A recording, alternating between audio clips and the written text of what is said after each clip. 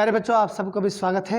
आज हम 9वीं कक्षा के तीसरा पाठ स्वामी विवेकानंद इस पाठ के बारे में अध्ययन करेंगे। इस पाठ का लेखक है डॉक्टर जगदीश चंद्र। डॉक्टर जगदीश चंद्र जी अनेक महान व्यक्तियों का और महान वीरों का उन्होंने उनका जीवन परिचय को लिखा है और इन कथाओं से युवाओं में और बालक बालिकाओं में देश के लिए अपना शौर्य पराक्रम और देश के लिए हम क्या दे सकते हैं इसके गुणों को बढ़ाने के लिए उन्होंने अपना रचनाओं से युवाओं में एक देशभक्ति को जागृत किया है। ಮುದ್ದು ಮಕ್ಕಳೇ, ಇಂದು ನಾವು 9ನೇ ತರಗತಿಯ ಒಂದು 3ನೇ ಗದ್ಯಪಾಠ ಸ್ವಾಮಿ ವಿವೇಕಾನಂದ ಈ ಒಂದು ಪಾಠನ ಅಧ್ಯಯನ ಮಾಡೋಣ। ಈ ಪಾಠದ ಲೇಖಕರು ಡಾಕ್ಟರ್ ಜಗದೀಶ್ ಚಂದ್ರ ಅವರು ಅನೇಕ ಒಬ್ಬ ಮಹಾನ್ ಪುರುಷರ ಜೀವನಾಧಾರಿತವಾದಂಥ ಕಥೆಗಳನ್ನು ಬರೆದಾರ। ಇವರ ಒಂದು ಜೀವನಾಧಾರಿತವಾದಂಥ ಕಥೆಗಳು ಯುವಕರಲ್ಲಿ ದೇಶಾಭಿಮಾನ, ದೇಶ ಪ್ರೀತಿ, ದೇಶದಲ್ಲಿ ಒಗ್ಗಟ್ಟು ಎಲ್ಲವನ್ನು ಮೂಡಿಸಲು ಸಹಾಯಕವಾಗುತ್ತಾ ಮುಂದಿನ ಒಂದು ಭಾರತದ ಒಂದು ಸಂಸ್ಕೃತಿ ಪರಂಪರೆ ಮತ್ತು ಇಲ್ಲಿರುವಂಥ ಆಚಾರ ವಿಚಾರಗಳನ್ನ ಮೈಗೂಡಿಸಲು ಈ ಕಥೆಗಳು ಸಹಾಯಕವಾಗಿ ಅಂದರೆ ತಪ್ಪಾಗಲಾರದು ಮಕ್ಕಳೇ। ಈ ಪಾಠದ ಮುಖಾಂತರ ನೀವೇನು ತಿಳ್ಕೊತೀರಿ ಅನ್ನೋದನ್ನು ನೋಡೋಣ ಎಂದು। इस पाठ का आशय है कि भारत देश में जन्मे अनेक महान व्यक्तियों ने भारत की कीर्ति विदेशों में फैलाई। ऐसे व्यक्तियों में से एक है स्वामी विवेकानंद। इस पाठ में उनकी महानता के परिचय के साथ देश प्रेम की प्रेरणा भी प्राप्त कर सकते हैं। देखो, भारत देश में अनेक महान व्यक्तियों ने जन्म लिया है और भारत की कीर्ति को उन्होंने देश विदेश में फैलाया और ऐसे व्यक्तियों में आने वाला सर्वप्रथम पंक्ति में आने वाला व्यक्ति है वो स्वामी विवेकानंद जी है। इस पाठ में उनकी महानता का परिचय हम प्राप्त करेंगे और इसके अलावा देश प्रेम की प्रेरणा भी हमको इस पाठ से मिलता है।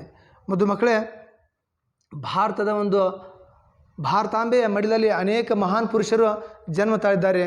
ಮಹಾನ್ ಪುರುಷರೆಲ್ಲ ಹುಟ್ಟಿ ನಮ್ಮ ದೇಶದ ಒಂದು ಕೀರ್ತಿ ಸಂಸ್ಕೃತಿ ಆಚಾರ ವಿಚಾರಗಳನ್ನ ದೇಶ ವಿದೇಶದಲ್ಲಿ ಎಲ್ಲ ಹರಡಿದ್ದಾರೆ। ಅಂಥ ಒಂದು ಹರಡಿದ ಒಂದು ಮಹಾನ್ ವ್ಯಕ್ತಿಗಳಲ್ಲಿ ಸ್ವಾಮಿ ವಿವೇಕಾನಂದರು ಒಬ್ಬರು। ಅಗ್ರಮಾನ್ಯ ಪಂಕ್ತಿಯೊಳಗೆ ಸ್ವಾಮಿ ವಿವೇಕಾನಂದರು ಒಬ್ಬರು ಬರ್ತಾರೆ। ಅಂಥ ಮಹಾನ್ ವ್ಯಕ್ತಿಯ ಒಂದು ಜೀವನಾಧಾರಿತವಾದಂಥ ಒಂದು ಪಾಠನ ಇಂದು ನಾವು ಅಭ್ಯಸಿಸ್ತೇವೆ। ಅವರ ಒಂದು ಜೀವನ ಶೈಲಿ, ಅವರ ಒಂದು ಆಚಾರ ವಿಚಾರಗಳು, ಅವರ ಒಂದು ನುಡಿಗಳು, ಅವರ ಒಂದು ಆಶೆಗಳು, ಅವರ ಒಂದು ಕಾಮನೆಗಳು ಎಲ್ಲನೂ ನಾವಿಲ್ಲಿ ಈ ಪಾಠದ ಮುಖಾಂತರ ಅಧ್ಯಯನ ಮಾಡೋದು। ಇಂಥ ಮಹಾನ್ ವ್ಯಕ್ತಿಯ ಒಂದು ಜೀವನ ಯಾವ ರೀತಿ ಇತ್ತು, ಆ ಒಂದು ಜೀವನದ ಒಂದು ಘಟನೆಗಳು ನಮಗೆ ಎಷ್ಟೊಂದು ಮಾರ್ಗದರ್ಶನ ಆಗವು ಅನ್ನೋದನ್ನು ಈ ಪಾಠದ ಮುಖಾಂತರ ಇಂದು ನಾವು ಅಭ್ಯಸಿಸೋಣ। भारत के इतिहास में स्वामी विवेकानंद का नाम अमर है। इस वीर सन्यासी ने देश विदेश में भ्रमण कर भारतीय धर्म और दर्शन का प्रसार किया तथा समाज सेवा का नया मार्ग दिखाया।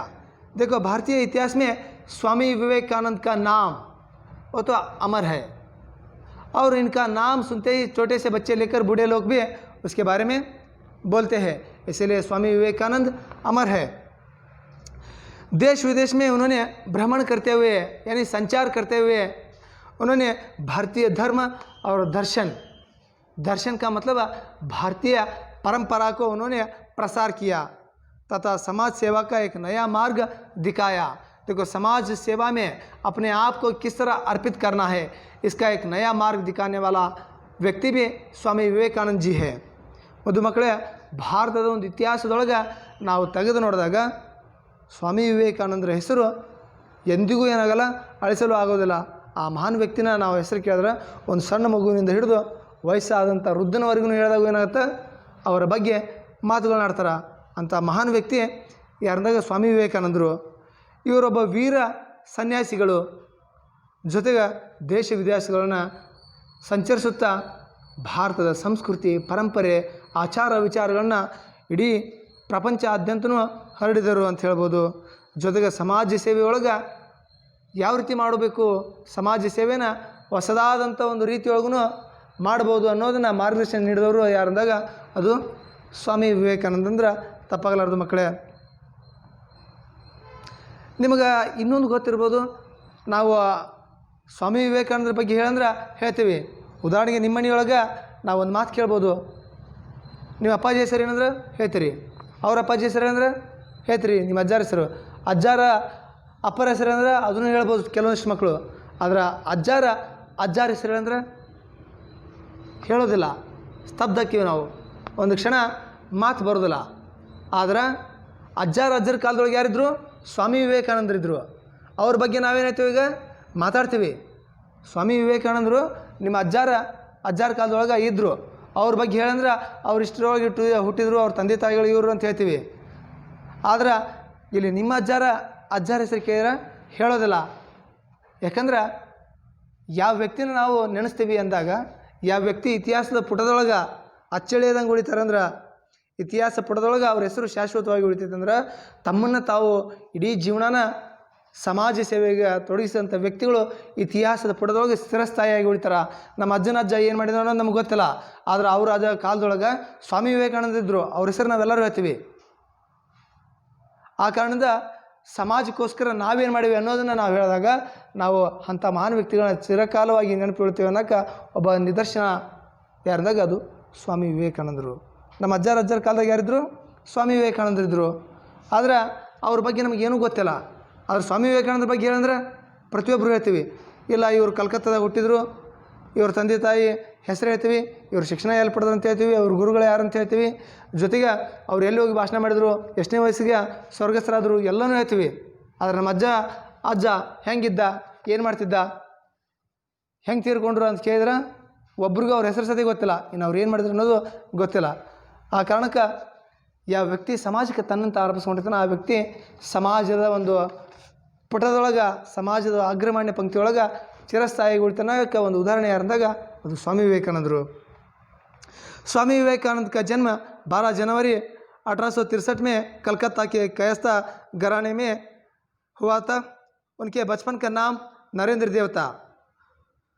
उनके पिता श्री विश्वनाथ दत्त एक प्रतिष्ठित वकील थे। उनकी माता श्रीमती भुवनेश्वरी देवी धर्मपारायणा महिला थी। देखो, स्वामी विवेकानंद का जन्म 12 जनवरी 1863 में उनका जन्म कलकत्ता के कायस्था घराने में उनका जन्म हुआ था और उनका बचपन का नाम था नरेंद्र देव और उनका पिताजी का नाम श्री विश्वनाथ दत्त, वो भी एक कलकत्ता के प्रतिष्ठित वकील थे और उनका माता का नाम श्रीमती भुवनेश्वरी देवी, वो भी धर्मपारायण महिला थी। ಸ್ವಾಮಿ ವಿವೇಕಾನಂದರ ಒಂದು ಜನ್ಮ ಯಾವಾಗ ಆಯ್ತು ಅಂದ್ರೆ ನಾವೆಲ್ಲರೂ ಹೇಳ್ತೀವಿ 12 ಜನವರಿ 1863 ಸ್ವಾಮಿ ವಿವೇಕಾನಂದರು ಕಲ್ಕತ್ತಾದ ಒಂದು ಕಾಯಸ್ಥ ಅನ್ನೋ ಒಂದು ಬ್ರಾಹ್ಮಣ ಕುಟುಂಬದೊಳಗೆ ಇವರ ಒಂದು ಜನನವಾಯಿತು. ಇವರ ಒಂದು ಬಾಲ್ಯದ ಒಂದು ಹೆಸರಿನಿಂದಾಗ ನರೇಂದ್ರ. ಇವರ ತಂದೆ ವಿಶ್ವನಾಥ ದತ್ತ, ತಾಯಿ ಭುವನೇಶ್ವರಿ ದೇವಿ. ಇವರ ತಂದೆ ಪ್ರತಿಷ್ಠಿತವಾದಂಥ ಒಬ್ಬ ವಕೀಲರು. ಇನ್ನು ಇವರ ತಾಯಿ ಮನೆಯೊಳಗೆ ಸುಸಂಸ್ಕೃತವಾದಂಥ ಆಚಾರ ವಿಚಾರ ಉಳ್ಳಂಥ ಒಬ್ಬ ಮಹಿಳೆ ಯಾರಾಗಿದ್ರು ಅಂದ್ರೆ ಅವರ ತಾಯಿ ಭುವನೇಶ್ವರಿ ದೇವಿ ಅವರು ಆಗಿದ್ದರು ಅಂತ ಹೇಳ್ಬೋದು. बालक नरेंद्र का शरीर स्वस्थ, सुडौल और सुंदर था। कुश्ती लड़ने, दौड़ लगाने, घुड़सवारी करने और तैरने में उन्हें बड़ा आनंद मिलता था। वे संगीत एवं खेल कूद की प्रतियोगिताओं में भी भाग लिया करते थे। देखो, बालक नरेंद्र का शरीर बहुत स्वस्थ था, सुडौल था। सुडौल का मतलब सुंदर, यानी दष्ट पुष्ट रहना। वो सुंदर भी था और उनका मनपसंद खेल है कुश्ती लड़ने, दौड़ लगाने, घुड़सवारी करना और तैरना, उसे आनंद लगता था और संगीत एवं खेल कूद में प्रतियोगिता में भाग लिया करता था। ಬಾಲಕನಂತ ನರೇಂದ್ರ ಅವರು ಹೆಂಗಿದ್ರು ಅಂದ್ರೆ ಭಾಳಷ್ಟು ಸ್ವಸ್ಥರಾಗಿದ್ದರು, ಆರೋಗ್ಯವಂತರಾಗಿದ್ದರು, ಜೊತೆಗೆ ದಷ್ಟಪುಷ್ಟಾಗಿದ್ದರು. ಇಲ್ಲಿ ಸುಡೋಲು ಅಂದ್ರೆ ದಷ್ಟಪುಷ್ಟವಾಗಿರೋದು, ಜೊತೆಗೆ ಒಬ್ಬ ಸುಂದರ ವ್ಯಕ್ತಿತ್ವ ಉಳ್ಳಂಥ ಒಬ್ಬ ಬಾಲಕ ಯಾರಾಗಿದ್ದರು ಅಂದಾಗ ಅದು ನರೇಂದ್ರ ಅವರಾಗಿದ್ದರು. ಇವರು ಒಂದು ಓಡುವುದಿರ್ಬೋದು, ಕುದುರೆ ಸವಾರಿ ಇರ್ಬೋದು, ಈಜಾಡೋದು ಇರ್ಬೋದು, ತೈರನ ಅಂದ್ರೆ ಈಜಾಡೋದು ಇರ್ಬೋದು, ಇವ್ರಿಗೆ ಬಹಳಷ್ಟು ಆನಂದ ಕೊಡುವಂಥ ಆಟಗಳಾಗಿದ್ದವು. ಜೊತೆಗೆ ಸಂಗೀತ ಕಾರ್ಯಕ್ರಮದೊಳಗೆ ಯಾವುದೇ ಒಂದು ಆಟ ಪಾಠದೊಳಗೂ ಅನೇಕ ಭಾಗ ಸೇರಿಕೊಂಡು ಪ್ರಥಮವಾಗಿ ಬರುವಂಥ ಒಬ್ಬ ಬಾಲಕ ಯಾರಿದೆ ಅಂದಾಗ ಅದು ಕೇವಲ ಸ್ವಾಮಿ ವಿವೇಕಾನಂದರು ಅಂತ ಹೇಳ್ಬೋದು.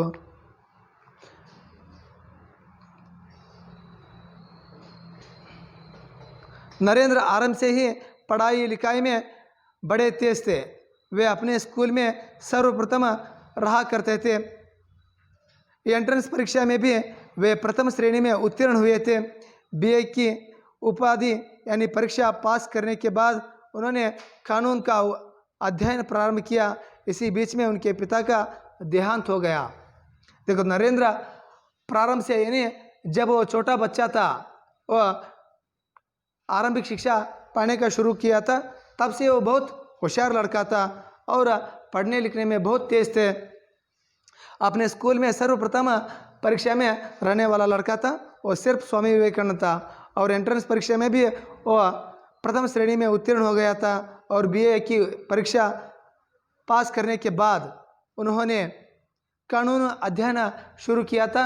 तभी उनका पिताजी का देहांत हो गया। ಮಕ್ಕಳೇ, ನರೇಂದ್ರ ಅವರು ಚಿಕ್ಕವರಿದ್ದಾಗ ಓದು ಬರುವಿನಲ್ಲಿ ಬಹಳಷ್ಟು ಒಂದು ಆನಂದ ಆಸಕ್ತಿ ಉಳ್ಳಂಥ ಒಬ್ಬ ಬಾಲಕರು ಯಾರಿದ್ದಾಗ ಅದು ನರೇಂದ್ರ ಅವರಾಗಿದ್ದರು ಅಂತ ಹೇಳ್ಬೋದು. ಜೊತೆಗೆ ಯಾವುದೇ ಒಂದು ಪರೀಕ್ಷೆ ತೆಗೆದುಕೊಂಡಾಗೂ ಆ ಪರೀಕ್ಷೆಯೊಳಗೆ ಪ್ರಥಮ ಶ್ರೇಣಿಯೊಳಗೆ ಉತ್ತೀರ್ಣವಾಗುವಂಥ ಒಬ್ಬ ಬಾಲಕ ಸ್ವಾಮಿ ವಿವೇಕಾನಂದರಿಗಿದ್ರು ಅಂತ ಹೇಳ್ಬೋದು. ಜೊತೆಗೆ ಸ್ವಾಮಿ ವಿವೇಕಾನಂದರು ತಮ್ಮ ಒಂದು BA ಪದವಿ ಮುಗಿಸಿ ಇನ್ನೇನು ಕಾನೂನು ಅಧ್ಯಯನ ಆರಂಭಿಸಬೇಕು ಅನ್ನೋರೊಳಗನ ಅವರ ತಂದೆ ಏನಾದರೂ ವಿಧಿವಶರಾದರು, ನಿಧನರಾದರು. ಇನ್ನು ಎಂಟ್ರೆನ್ಸ್ ಎಕ್ಸಾಮ್ದೊಳಗೂ ಇವ್ರು ಏನಾಗಿದ್ದರು, ಪ್ರಥಮ ಬಂದಿದ್ದರು. ಮಕ್ಕಳೇ, अध्ययन काल में उनकी रुचि व्याख्यान देने और विचार के आदान प्रदान करने में थी.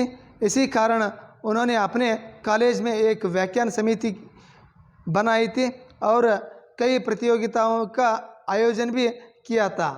देखो, अध्ययन काल में ही स्वामी विवेकानंद जी का रुचि व्याख्यान देना और विचार को आदान प्रदान करने में उनको बहुत इच्छा था. इसी कारण उन्होंने कॉलेज में एक व्याख्यान समिति को भी रचना किया था और कई बार उन्होंने अनेक कार्यक्रमों को भी आयोजन भी किया था. ಮಕ್ಕಳೇ, ಸ್ವಾಮಿ ವಿವೇಕಾನಂದರು ಅಧ್ಯಯನ ಕಾಲದೊಳಗನ ಒಂದು ವಿಚಾರವಾದಗಳನ್ನ ಮಂಡಿಸೋದು ಬಹಳಷ್ಟು ಏನಾಗಿತ್ತು, ಅವರಿಗೆ ಪ್ರೀತಿಯಾದಂಥ ಒಂದು ವಿಚಾರ ಆಗಿತ್ತು.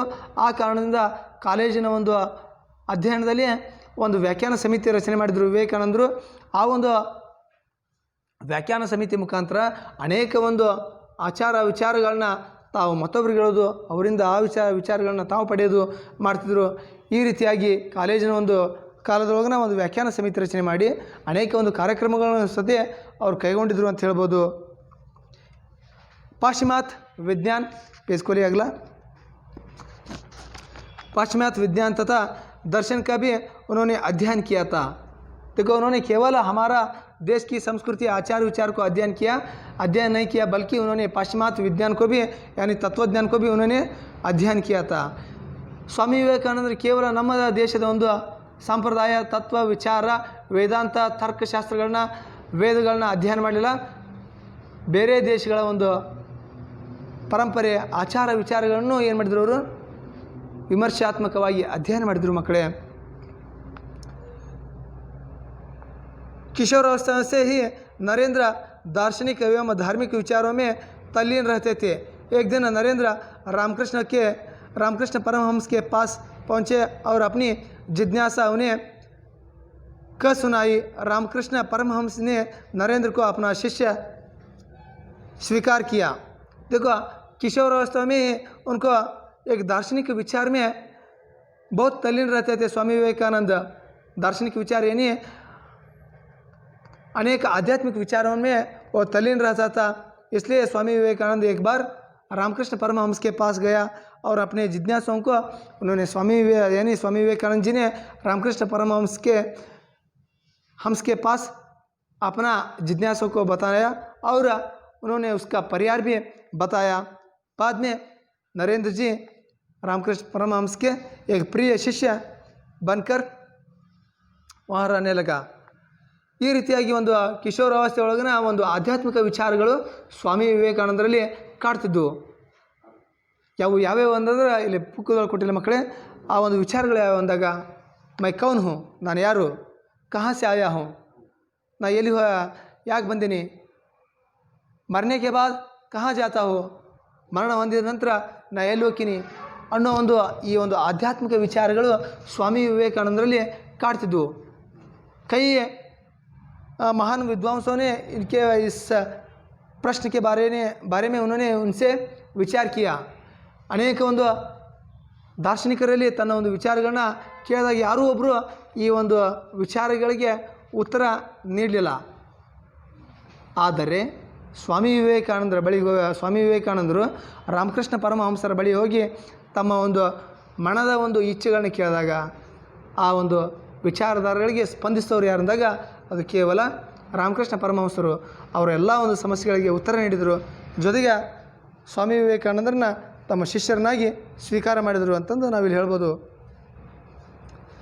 स्वामी परमहंस के जीवन दर्शन से विवेकानंद इतने प्रभावित हुए थे कि उन्होंने अपने गुरु के संदेश का प्रसार करना चाहा।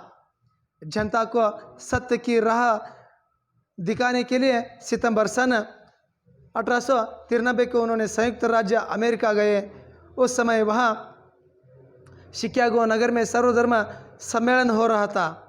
देखो, स्वामी विवेकानंद परमहंस जी के जीवन दर्शन के इतने प्रभावित हुए कि उनके विचारों को उन्होंने प्रसार करना चाहता था और उन्होंने जनता को सत्य की एक नया राह दिखाना चाहता था। और इसीलिए उन्होंने सितंबर 1893 में संयुक्त राष्ट्र अमेरिका गया और उस समय शिकागो में सर्वधर्म सम्मेलन का आयोजन हुआ था। स्वामी विवेकानंदರು ರಾಮಕೃಷ್ಣ ಪರಮಹಂಸರ ಒಂದು ವಿಚಾರಧಾರೆಗಳನ್ನ, ಅವರ ಒಂದು ಸತ್ಯತೆಗಳನ್ನು ಜನರಿಗೆ ಮುಟ್ಟಿಸಲು ಬಹಳಷ್ಟು ಏನು ಮಾಡಿದ್ರು, ಕಾತುರದಿಂದರು। ಇಲ್ಲೇ ಇದೇನು ಹೇಳೋರು, ಜನರಲ್ಲಿ ಮುಟ್ಟಿಸ್ಬೇಕನ್ನೋ ಒಂದು ಆತುರತೆ ಯಾರಲ್ಲಿ ಇತ್ತಂದಾಗ ಅದು ಸ್ವಾಮಿ ವಿವೇಕಾನಂದರಿತ್ತು। ಸ್ವಾಮಿ ವಿವೇಕಾನಂದ ಅವರ ವಿಚಾರಧಾರೆಗಳನ್ನ ಜನರಲ್ಲಿ ಮುಟ್ಟಿಸ್ಬೇಕು, ಜನರನ್ನು ಒಂದು ಹೊಸ ದಾರಿಯೊಳಗೆ ಕರೆದುಕೊಂಡು ಹೋಗಬೇಕು ಅನ್ನೋದನ್ನು ಕಾಯ್ತಿದ್ರು। ಇದೇ ಒಂದು ವಿಚಾರದೊಳಗಿದ್ದಾಗ ಸೆಪ್ಟೆಂಬರ್ 1893 ಸರ್ವಧರ್ಮ ಸಮ್ಮೇಳನ ಚಿಕಾಗೋ ಅಮೇರಿಕಾದಲ್ಲಿ ನಡೆದಿತ್ತು। ಆ ಸರ್ವಧರ್ಮದ ಒಂದು ಸಮ್ಮೇಳನದೊಳಗೆ ನಮ್ಮ ದೇಶದ ಒಂದು ಪ್ರತಿನಿಧಿಗಳಾಗಿ ಯಾರು ಹೋಗ್ತಾರೆ ಅಂದಾಗ ಅದು ಕೇವಲ ಸ್ವಾಮಿ ವಿವೇಕಾನಂದರು ಹೋಗ್ತಾರೆ ಅಂತ ನಾವು ಹೇಳ್ಬೋದು।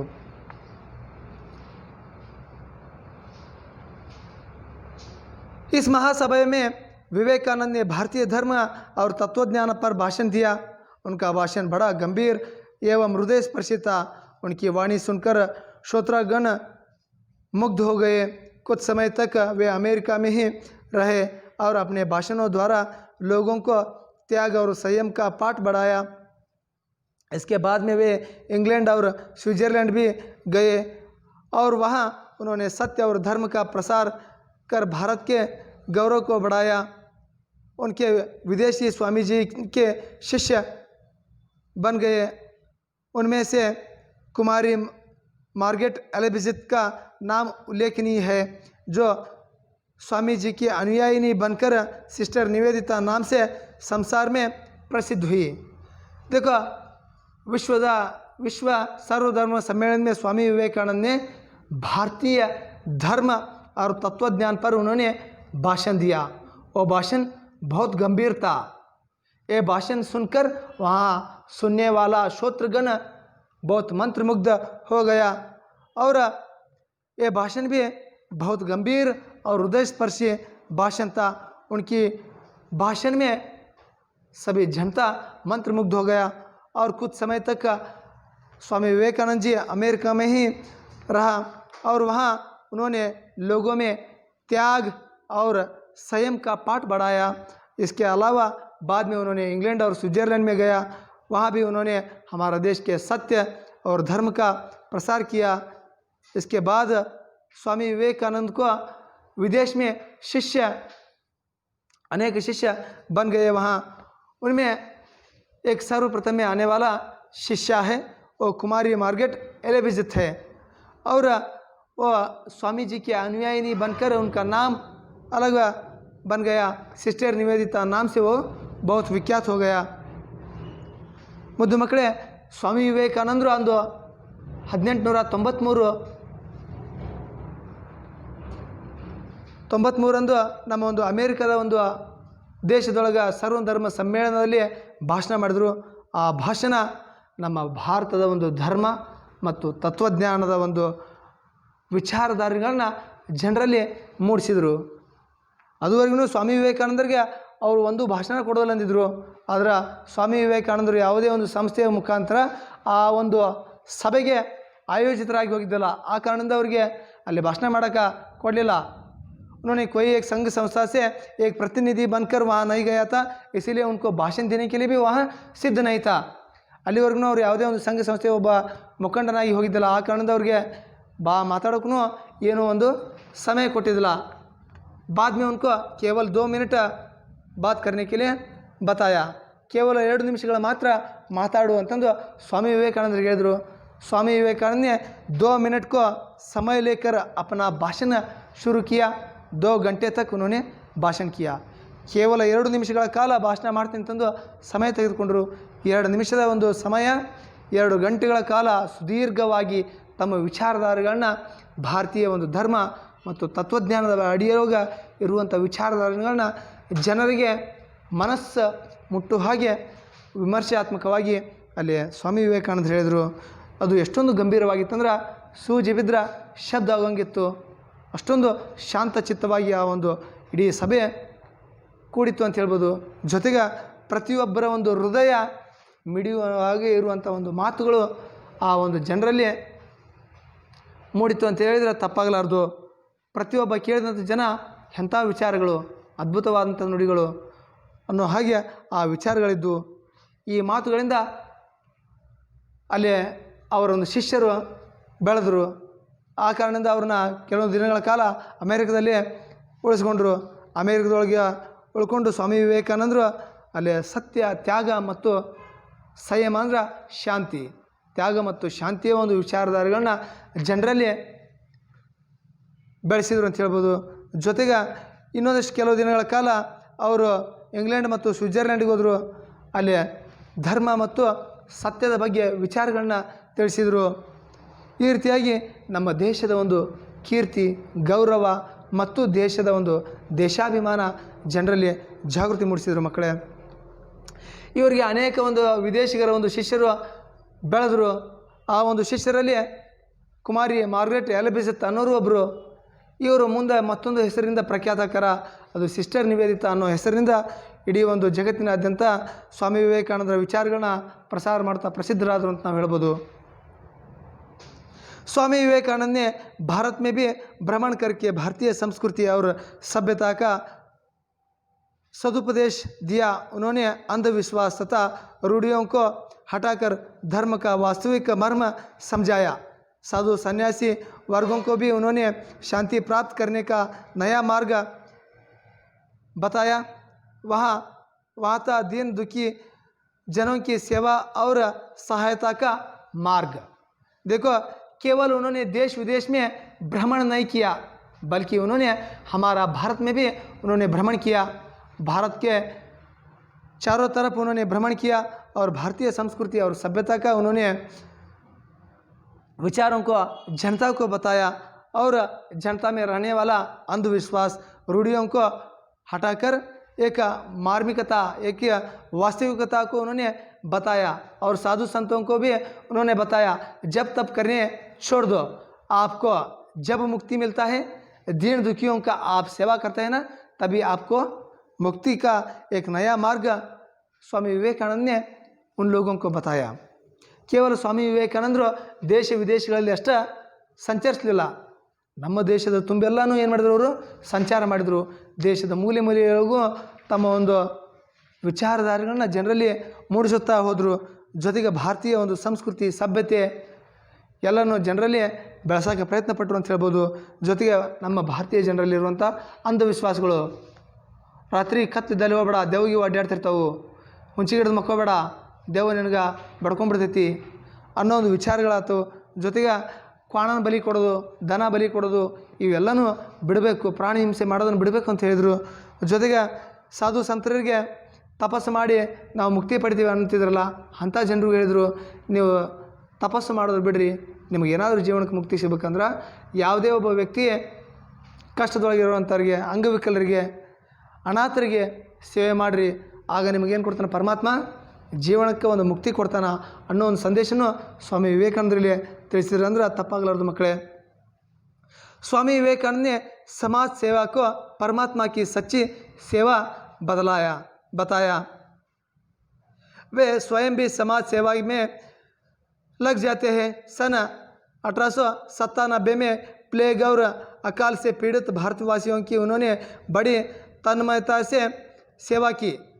समर्थ लोगों को उन्होंने गरीबों की दशा सुधारने का संदेश दिया। इसी ध्येय से उन्होंने कलकत्ता में रामकृष्ण मिशन की स्थापना की।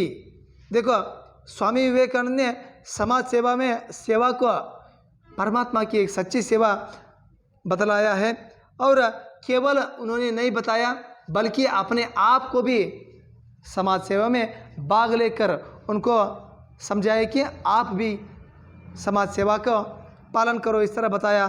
जब सन 1897 में प्लेग और अकाल पीड़ित भारतवासियों को उन्होंने तन्मयता से उन लोगों को सेवा किया। बाद में उन्होंने समर्थ लोगों को सुधारने का उनका जीवन को सुधारने का एक संदेश भी दिया। और इसके अलावा उन्होंने कलकत्ता में स्वामी विवेकानंद जी का एक मिशन को स्थापन किया। स्वामी ವಿವೇಕಾನಂದರು ಸಮಾಜದ ಸೇವೆನ ಪರಮಾತ್ಮನ ಸೇವೆ, ಭಗವಂತನ ಸೇವೆ ಅಂತಂದು ಜನರಲ್ಲಿ ಹೇಳಿದರು. ಜೊತೆಗೆ ಸಮಾಜ ಸೇವೆ ಮಾಡಿ ಅಂತಂದು ಕೇವಲ ಜನರಿಗೆ ಹೇಳಿಲ್ಲ, ತಾವು ಆ ಸೇವೆ ಒಳಗೆ ತಮ್ಮನ್ನು ತಾವು ತಲ್ಲೀನವಾಗಿ ತೊಡಸ್ಕೊಂಡ್ರು. 1897 ಇಡೀ ಒಂದು ದೇಶದೊಳಗೆ ಪ್ಲೇಗು, ಅಕಾಲ, ಬರಗಾಲ ಸಂಪೂರ್ಣವಾಗಿ ಆವರಿಸಿತ್ತು. ಆಗ ದೀನ ದುಃಖಿಗಳ ಒಂದು ಸೇವೆನ ಸ್ವಾಮಿ ವಿವೇಕಾನಂದರು ತಾವ ಮಾಡಿದರು, ಮತ್ತೊಬ್ಬರಿಗೆ ಮಾಡಲಿಲ್ಲ, ತಾವು ನಿಂತು ಆ ಸೇವೆ ಮಾಡಿದರು. ಮಾಡಿ ಭಾರತದ ಒಂದು ಜನರಿಗೆ ಕರಕುಶಲತೆಗಳಲ್ಲಿರುವಂಥ ಒಂದು ಹೊಸ ಕೆಲಸಗಳನ್ನು ಜನರಲ್ಲಿ ಮತ್ತೊಮ್ಮೆ ಆ ಒಂದು ಉದ್ಯೋಗಗಳನ್ನು ಸ್ಥಾಪನೆ ಮಾಡಲು ಜನರಲ್ಲಿ ಸಂದೇಶ ನೀಡಿದರು. ಜೊತೆಗೆ ಕಲ್ಕತ್ತಾದೊಳಗೆ ರಾಮಕೃಷ್ಣ ಮಿಷನ್ನ ಸ್ಥಾಪನೆ ಮಾಡಿದರು. स्वामी जी ने अज्ञान, अशिक्षा, विदेशी अनुकरण, दास्य, मनोभाव आदि के बारे में उन्होंने बुरे प्रभावों का बोध कराया। उन्होंने अपने भाषणों द्वारा जनता के मन से हीनता की भावना को दूर भगाने का प्रामाणिक प्रयत्न किया। देखो, स्वामी जी ने अज्ञान, अशिक्षा, विदेशी अनुकरण, दास्य मनोभाव आदि बुरे प्रभावों को उन्होंने बोध करवाया, और उन्होंने अपने भाषणों द्वारा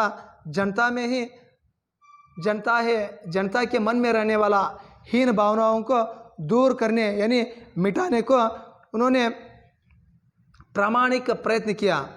स्वामी विवेकानंದರು ಜನರಲ್ಲಿರುವಂಥ ಅಜ್ಞಾನ, ಅಂಧವಿಶ್ವಾಸ, ಅಶಿಕ್ಷಣ ಮತ್ತು ವಿದೇಶಿ ಅನುಕರಣ ಮತ್ತು ದಾಸ್ಯ ಮನೋಭಾವನೆ, ಇನ್ನೂ ಹಲವಾರು ಕೆಟ್ಟ ವಿಚಾರಧಾರೆಗಳೆಲ್ಲ ಇದ್ವಲ್ಲ, ಆ ಒಂದು ಗುಣಗಳನ್ನೆಲ್ಲನೂ ದೂರ ಮಾಡೋಕ್ಕೆ ಪ್ರಯತ್ನಪಟ್ಟರು. ಜೊತೆಗೆ ಅವರು ಜನರಲ್ಲಿ ಜಾಗೃತಿ ಮೂಡಿಸಿದರು. ನೀವು ಮತ್ತೊಬ್ಬರನ್ನ ನೋಡಿ ಅನುಕರಣೆ ಮಾಡಿರಿ, ಅನುಕರಣೆ ತಪ್ಪಲ್ಲ, ಆದರೆ ಅವ್ರ ಹಿಂಬಾಲಕನಾಗಿ, ದಾಸ್ಯನಾಗಿ ಅವ್ರ ಹಿಂದಿಂದ ಅನುಕರಣೆ ಮಾಡ್ಕೊತ ಹಿಂಗೆ ಮುಂದೋಗ್ಬಿಟ್ರೆ ನಿಮ್ಮ ತಲೆಮಾರುಗಳು, ನಿಮ್ಮ ಮಕ್ಕಳು ಏನಕ್ಕಾರ ಅವ್ರನ್ನ ಅನುಕರಣೆ ಮಾಡ್ಕೊತ ಅವ್ರ ಅಡಿಯಾಳುಗಳಾಗಿ ಉಳಿತಾರ ವಿನಃ ಅವ್ರ ಸ್ವಂತ ಒಂದು ಬುದ್ಧಿಗೆ, ಸ್ವಂತ ಒಂದು ಇರುವಂಥ ವಿಚಾರಗಳು ಬರೋದಿಲ್ಲ. ಅನುಕರಣೆ ಮಗು ಚಿಕ್ಕವರಿದ್ದಾಗ ತಂದೆ ತಾಯಿಗಳನ್ನ ಮಾತುಗಳನ್ನ ಕೇಳಿ ಮಾತಾಡ್ತೈತಿ ವಿನಃ ಅದು ಒಮ್ಮಗಲೇ ಕಲ್ತಿರಲ್ಲ. ಅನುಕರಣೆ ಇರಬೇಕು, ಅಷ್ಟೇ ಇರಬೇಕು. ಇನ್ನು ಶಿಕ್ಷಣ ಮನುಷ್ಯನ ಏನು ಮಾಡ್ತೈತಿ, ಜಾಗೃತಿ ಮಾಡ್ತೈತಿ. ಶಿಕ್ಷಣ ಪಡೆಯಿರಿ ಅಂತಂದು ಸ್ವಾಮಿ ವಿವೇಕಾನಂದರಲ್ಲಿ ಜಾಗೃತಿ ಮೂಡಿಸಿದ್ರು. ಜೊತೆಗೆ ಅಜ್ಞಾನ, ನಾವು ಯಾರು ಹಿರಿಯರು, ಗೌರವರು, ದೊಡ್ಡವರು ಹೇಳಿಬಿಟ್ರೆ ಸಾಕು, ಅದಕ್ಕೆಲ್ಲ ತಿಳಿಯಾಡಿಸಿ ಆಯಿತು ಹ್ಞೂ ಅನ್ನೋದನ್ನು ನಾವು ತಿಳ್ಕೊತೀವಿ. ಆದರೆ ಒಂದು ಅಜ್ಞಾನನ ಬಿಡಬೇಕು ಅಂತ ಹೇಳಿದರು. ಜೊತೆಗೆ ನಮ್ಮಲ್ಲಿರುವಂಥ ಇನ್ನೂ ಹಲವಾರು ಕೆಟ್ಟ ವಿಚಾರಧಾರೆಗಳನ್ನ ಬಿಡಬೇಕು ಅಂತ ಹೇಳಿದರು. ಈ ರೀತಿಯಾಗಿ ತಮ್ಮ ಒಂದು ಪ್ರಾಮಾಣಿಕತೆಯಿಂದ ಜನರಲ್ಲಿರುವಂಥ ಅಜ್ಞಾನ, ಅಂಧವಿಶ್ವಾಸಗಳನ್ನು ದೂರ ಮಾಡೋಕ್ಕೆ ಸ್ವಾಮಿ ವಿವೇಕಾನಂದರು ಪ್ರಯತ್ನ ಪಟ್ಟರು ಅನ್ಬೋದು ಮಕ್ಕಳೇ. अपने एक भाषण में उन्होंने कहा था, प्यारे देशवासियों, वीर बनो और ललकार कर कहो कि मैं भारतीय हूँ, अनपढ़ भारतीय, निर्धन भारतीय, उच्च जाति का भारतीय, नीच जाति का भारतीय, सब मेरे भाई है, उनकी प्रतिष्ठा मेरी प्रतिष्ठा है, उनका गौरव मेरा गौरव है। देखो, एक बार उन्होंने भाषण करते हुए अपने एक भाषण में बताया, ललकार करते हुए उन्होंने कहा कि प्यारे भारतवासियों, आप सभी भी वीर बनो। और अनपढ़ भारतीय, कौन कौन भारतीय? अनपढ़ भारतीय, निर्धन भारतीय, उच्च जाति का भारतीय, नीच जाति का भारतीय, सब मेरे भाई है। उनका प्रतिष्ठा मेरा प्रतिष्ठा है, उनका गौरव मेरा गौरव है। ಆ ಒಂದು ತಮ್ಮ ಒಂದು ಭಾಷಣದಲ್ಲಿ ಒಂದು ಸಲ ಸ್ವಾಮಿ ವಿವೇಕಾನಂದರ ಹತ್ರ ಏನು ಹೇಳ್ತಾರೆ ನೋಡಿ ಮಕ್ಕಳೇ, ಪ್ರೀತಿಯ ಭಾರತೀಯ ಜನರೇ, ಇಲ್ಲಿ ಎಲ್ಲರೂ ನೀವು ವೀರರಾಗ್ರಿ, ಪರಾಕ್ರಮಗಳಾಗಿ ಏಳಿ ಎದ್ದೇಳಿ ಗುರಿ ಮುಟ್ಟುವವರೆಗೂ ನಿಲ್ಲದಿರಿ ಅನ್ನೋ ಒಂದು ವಾಕ್ಯದ ಜೊತೆಗೆ ಸ್ವಾಮಿ ವಿವೇಕಾನಂದ ಹೇಳ್ತಾರೆ, ಹೇಳಿ ಭಾರತೀಯರೇ, ವೀರರಾಗ್ರಿ, ಶೂರರಾಗ್ರಿ, ಪರಾಕ್ರಮಿಗಳಾಗಿರಿ, ನೀವೆಲ್ಲರೂ ಜಾಗೃತರಾಗಿರಿ, ಶಿಕ್ಷಣ ಪಡೆಯಿರಿ, ಅಂಧವಿಶ್ವಾಸಗಳನ್ನ ಬಿಡ್ರಿ, ನೀವೆಲ್ಲರೂ ದೇಶದ ಒಂದು ಕೀರ್ತಿಯನ್ನು ಹೆಚ್ಚಿಸುವಂಥ ಜನ. ಇಲ್ಲಿ ಯಾರ್ಯಾರು ಭಾರತೀಯರು ಅಂತ ಹೇಳ್ತಾರೆ? ಅನ್ಪಢ ಭಾರತೀಯ, ಶಿಕ್ಷಣ ಪಡಿಲಾರ್ದಂಥ ಭಾರತೀಯರಾತು, ನಿರ್ಧನ ಭಾರತೀಯ, ಯಾವುದೇ ಒಂದು ಸಿರಿ ಸಂಪತ್ತು ಇರಲಾರ್ದಂಥ ಒಂದು ಬಡವನ ಇರುವಂಥ ಭಾರತೀಯನೂ ನಮ್ಮ ಭಾರತೀಯನ. ಇನ್ನು ಉಚ್ಚ ಜಾತಿಕ ಬ್ರಾಹ್ಮಣ ಒಂದು ಕುಲದ ಆತು, ಇನ್ನು ಸ್ವಾಮಿಯವರು ಇರುವಂಥ ಒಂದು ಕುಟುಂಬದವರಾತು, ಅಥವಾ ಕೀಳು ಜಾತಿಯವರು ಇರ್ಬೋದು, ಎಲ್ಲರೂ ನನ್ನ ಒಂದು ಸಹೋದರ, ಎಲ್ಲರೂ ನನ್ನ ಒಂದು ಪ್ರೀತಿ ಬಾಂಧವರ, ಎಲ್ಲರೂ ನನ್ನ ಒಂದು ಮಿತ್ರರ ಅಂತ ಹೇಳ್ತಾರೆ. ಅವರ ಒಂದು ಪ್ರತಿಷ್ಠೆನ ನನ್ನ ಪ್ರತಿಷ್ಠೆ, ಅವರ ಒಂದು ಗೌರವನ ನನ್ನ ಗೌರವ. ನೀವೆಲ್ಲರೂ ದೇಶದ ಒಂದು ಭಾರತಾಂಬೆಯ ಘೋಷಣೆಯನ್ನು ಮಾಡುತ್ತಾ ಎಲ್ಲರೂ ಸ್ವಧರ್ಮಿಗಳಾಗಿ ದೇಶಾಭಿಮಾನನ ಬೆಳೆಸ್ಕೊರಿ. ನೀವು ನಿಮ್ಮ ಒಂದು ಆತ್ಮವಿಶ್ವಾಸನ ಬೆಳೆಸ್ಕೊಂಡು ಸಮಾಜ ಸೇವೆಯೊಳಗೆ ನೀವು ತೊಡಸ್ಕೊರಿ. ಅಂದರೆ ನಮ್ಮ ಒಂದು ದೇಶ ಒಂದು ಬಲಿಷ್ಠವಾಗಿ ಯಾವುದೇ ಒಂದು ವಿದೇಶಿಯರ ಒಂದು ದಾಸ್ಯದೊಳಗೆ ಬೀಳೋದಿಲ್ಲ ಅನ್ನೋ ಒಂದು ವಿಚಾರಧಾರೆಗಳನ್ನ ಸ್ವಾಮಿ ವಿವೇಕಾನಂದರು ಜನರಲ್ಲಿ ಜಾಗೃತಿ ಮೂಡಿಸಿದ್ರು ಅಂದ್ರೆ ತಪ್ಪಾಗಲಾರ್ದು ಮಕ್ಕಳೇ. 4 जुलाई सन 1902 को स्वामी विवेकानंद परलोक सिधरे, लेकिन आज भी उनके कार्य और संदेश अमर है. देखो, 4 जुलाई 1902 में स्वामी विवेकानंद परलोक सिधरे, यानी स्वामी विवेकानंद का निधन 4 जुलाई सन 1902 में उनका देहांत हो गया. लेकिन आज भी उनका कार्य, आज भी उनका वाक्य जनता के मन में सदाकाल अमर है. ಸ್ವಾಮಿ ವಿವೇಕಾನಂದರ ಒಂದು ನಿಧನ 4 ಜುಲೈ 1902 ಇವರೇನಾದರೂ ದೈವಾಧೀನರಾದರು, ವಿಧಿವಶರಾದರು, ವೈಕುಂಠವಾಸಿಗಳಾದರು. ಇಂಥ ಒಬ್ಬ ಮಹಾನ್ ವ್ಯಕ್ತಿ ಇವತ್ತು ನಮ್ಮ ಜೊತೆಗಿಲ್ಲ. ಆದರೆ ಅವರು ಮಾಡಿದಂಥ ಕಾರ್ಯಗಳು, ಅವರೊಂದು ವಿಚಾರಧಾರೆಗಳು, ಅವರ ಒಂದು ಸಂದೇಶಗಳು ಇಂದಿಗೂ ಜನರ ಒಂದು ಹೃದಯದೊಳಗೆ ಸದಾಕಾಲ ಚಿರಸ್ಥಾಯಿಯಾಗಿ ಉಳಿದೈತೆ ಅಂದ್ರೆ ತಪ್ಪು ಆಗಲಾರ್ದು. दीप तो अपने आप को जलाकर किस तरह लोगों को प्रकाश देता है, उसी तरह स्वामी विवेकानंद अपने आप को देश के लिए अर्पित करते हुए जनता को ये संदेश दिया कि आप वीर बनो, देश की मान को बढ़ावो. ಯಾವ ರೀತಿಯಾಗಿ ಒಂದು ದೀಪ ತನ್ನನ್ನು ತಾವು ಸುಟ್ಕೊಂಡು ಮತ್ತೊಬ್ಬರಿಗೆ ಬೆಳಕು ನೀಡ್ತೈತಿ, ಅದೇ ರೀತಿಯಾಗಿ ಸ್ವಾಮಿ ವಿವೇಕಾನಂದರು ತಮ್ಮನ್ನು ತಾವು ಸಮಾಜ ಸೇವೆಗಾಗಿ ಅರ್ಪಿಸಿ ಇಡೀ ಒಂದು ದೇಶದ ಮಾನ, ದೇಶದ ಒಂದು ಸಂಸ್ಕೃತಿನ ಬೆಳೆಸಿದೆ ಅಂದ್ರೆ ತಪ್ಪಾಗಲಾರ್ದು. आप सबको इस पाठ पसंद हुआ है? आप सबको भी एक बार धन्यवाद.